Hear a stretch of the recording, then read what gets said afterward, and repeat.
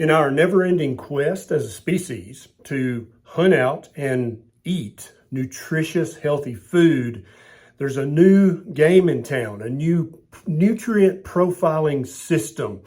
And I'm going to break it down for you in this video, and you are not going to believe this bull.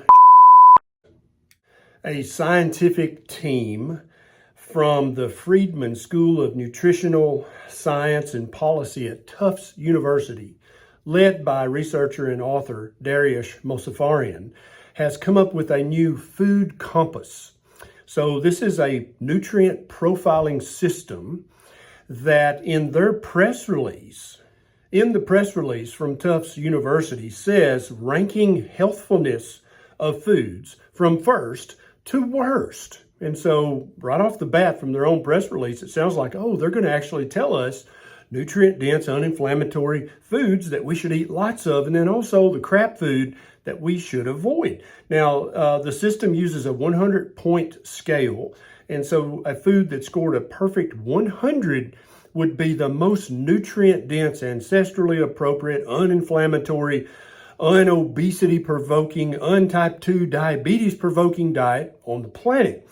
And they actually give us a chart from this press release. And things that got a perfect 100, raw straw raspberries. Okay, well, that's pretty good food. I mean, it's kind of lacking in essential fatty acids and many of the essential amino acids, but, you know, raspberries are pretty good food.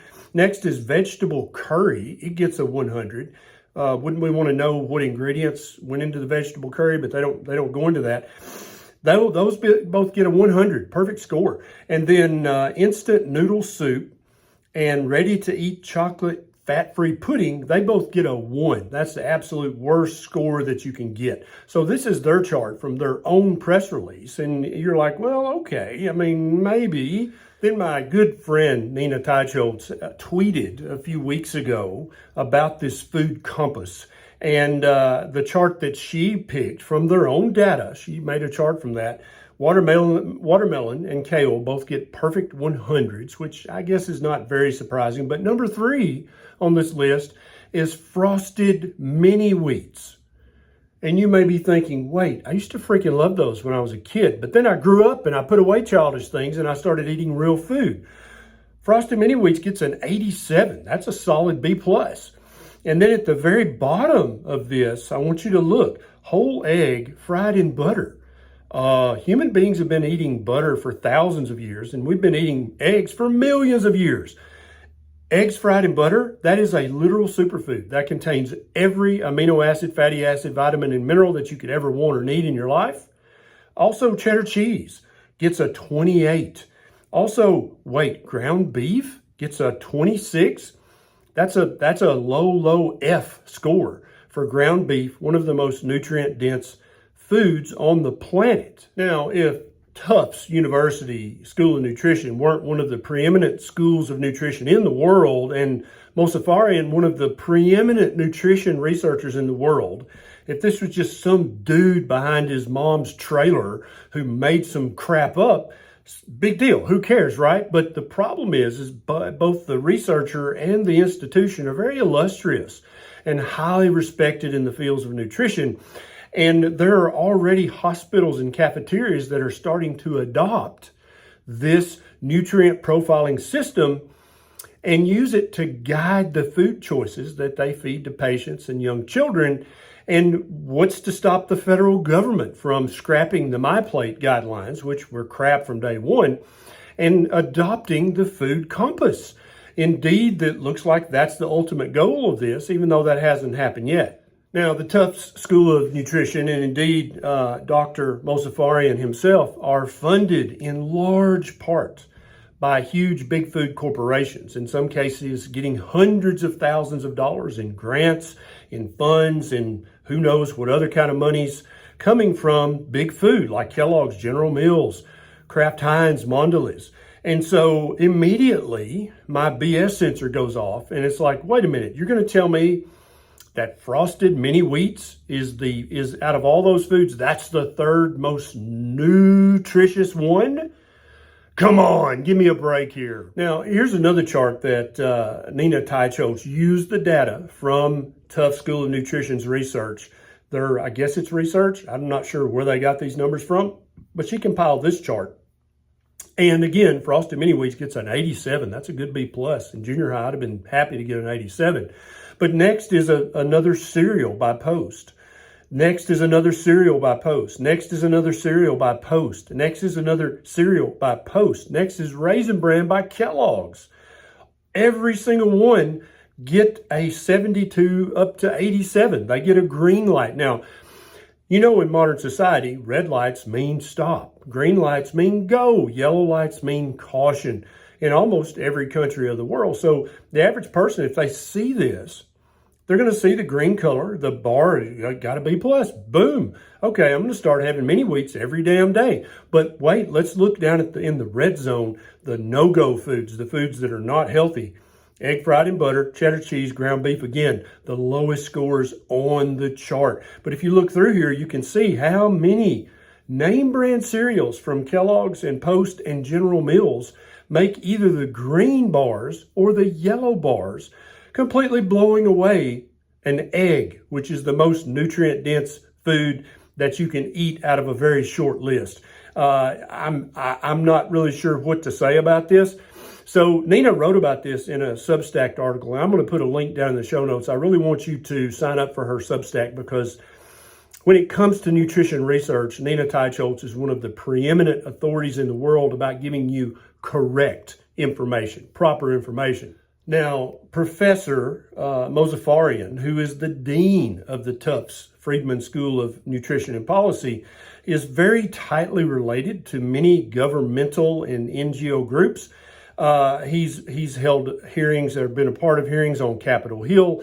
He's worked with the White House, and he's even so valuable that the Rockefeller Foundation is thinking about maybe promoting the Food Compass to all of us. Professor Mozaffarian has written many research papers condoning the use of vegetable seed oils and saying, oh, you know, highly processed food's not really that bad for you, really, but it's great for the profits of big food. In truth, Dr. Mozaffarian is sponsored or supported or received grants from or unrestricted money from multiple big food manufacturers. There's a long list if you care to check into it. The School of Nutrition's Food and Nutrition Innovation Institute at Tufts University receives funding from over 60 different companies, including Kellogg's, including PepsiCo, General Mills, and even Cliff Bars are funneling money to Tufts University School of Nutrition Institute to help them figure out which foods are healthy and which foods are bad for you. Can you even imagine how something could go wrong with that? Now, Kellogg's is a gold level member of the Food and Nutrition Innovation Institute, and that requires a check for $75,000 be paid. And they wound up having 40 of their name brand products listed in the Food Compass data, and virtually every one of them gets a green light, which means you can eat as much as you want of it, right? PepsiCo, however, is a platinum member, and I'm not sure how much the check has to be to become a platinum member, but Pepsi owns Quaker, and Quaker has 17 different entries on the Food Compass for different highly processed foods. Muscle Milk, which is also under Pepsi, has 2 different items listed, and then Fritos and Doritos have 3 different entries on the food pyramid, and they don't get the terrible scores that you think that they should get if you're just using, common sense. General Mills is a silver level member, and they've got 53 of their branded cereals listed in the Food Compass. Cliff Bars is a silver member. They have 2 entries as well.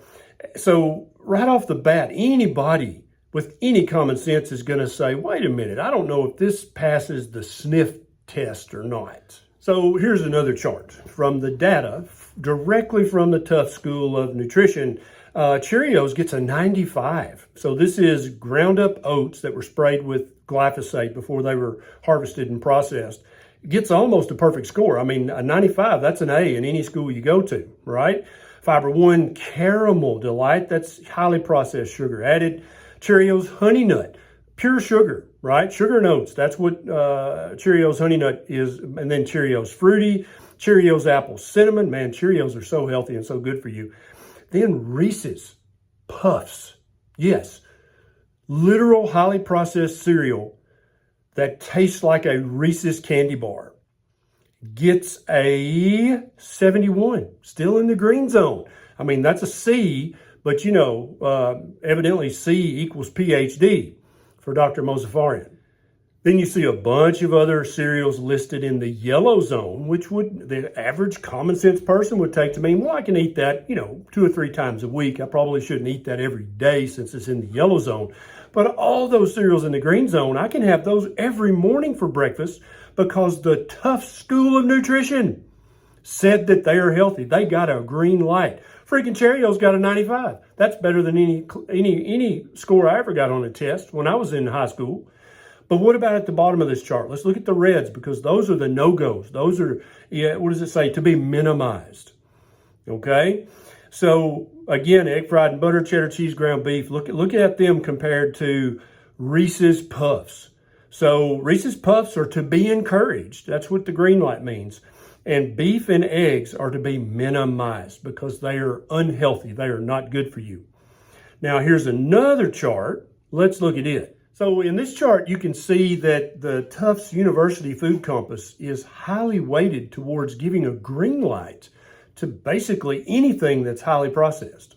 If you can just take it out of a chicken's butt, or you can cut it off a cow's behind and throw it in a skillet and fry it and eat it, they're not interested in that. That is bad. That is not good for you. But if something has to be farmed with glyphosate and other chemicals, and it has, you know, in a mono-farming, monocropping culture that destroys the habitat of thousands, if not millions of other species, then that gets a green light.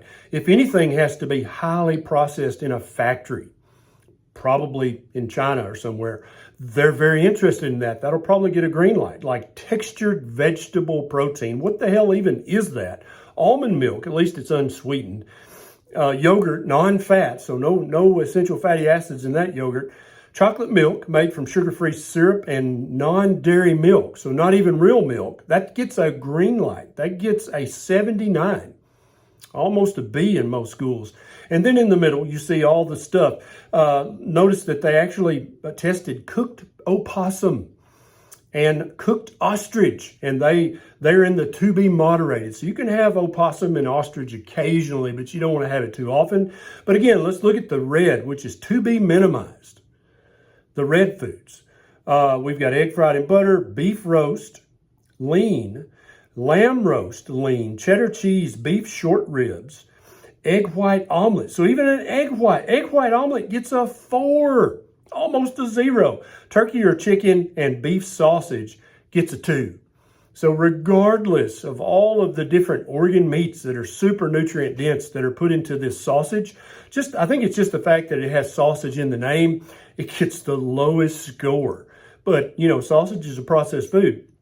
I'm not sure why it didn't score higher. I think because it's probably too nutrient dense for the Tufts School of Nutrition. Then Dina took the data taken directly from the Tufts School of Nutrition research data, and she plotted junk food versus real food. And so at the top, chocolate-covered almonds gets a 78. Sugared pecans, so we're going to add some sugar to the pecans, even though they already have carbohydrates in them.